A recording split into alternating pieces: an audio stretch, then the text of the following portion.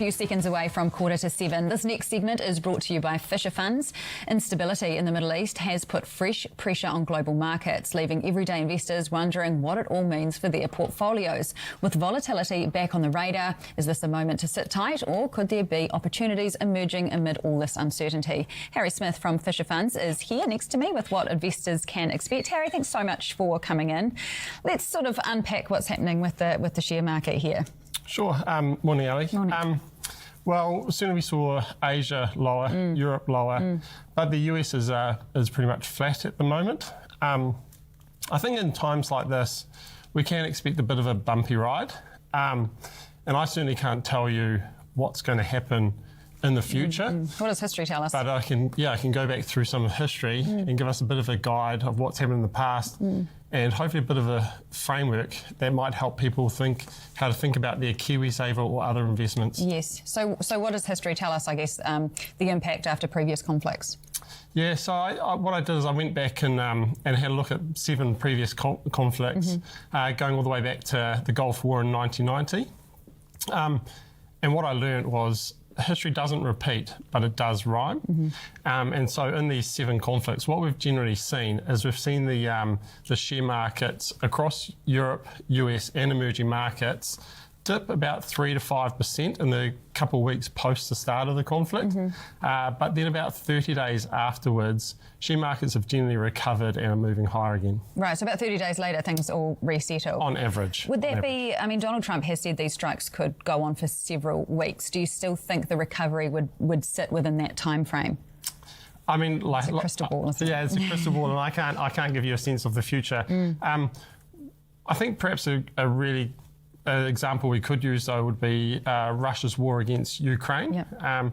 It's just ticked over, going for 4 years, so that conflict has been going for a long time.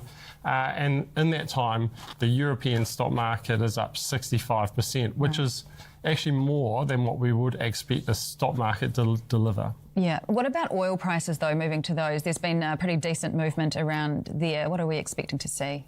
I mean, obviously, the Strait of Hormuz is going to have a huge impact. Yeah. So I think oil did spike earlier in our time zone. It's up around, I think, 6% when I last looked before coming on air.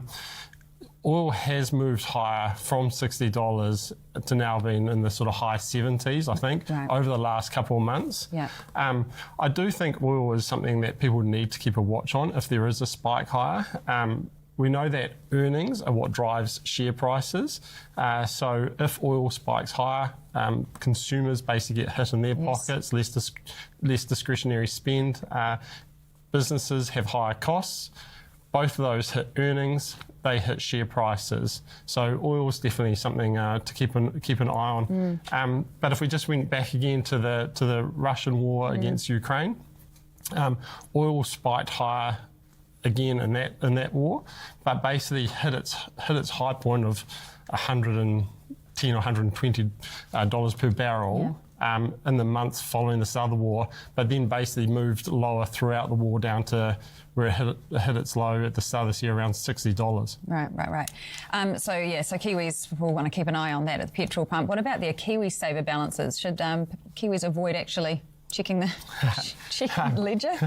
That's always really good advice, isn't it? But look, I can really appreciate that when you get conflicts like this, they can be really emotive, and you do have other influences weighing on you.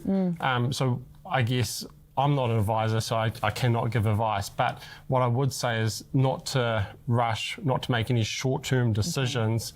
And I would always say, please just reach out to your provider of your KiwiSaver and just have a bit of a yarn and a chat and figure out what works best for you and your individual circumstances. And I guess keep in mind that KiwiSaver is a long-term plan.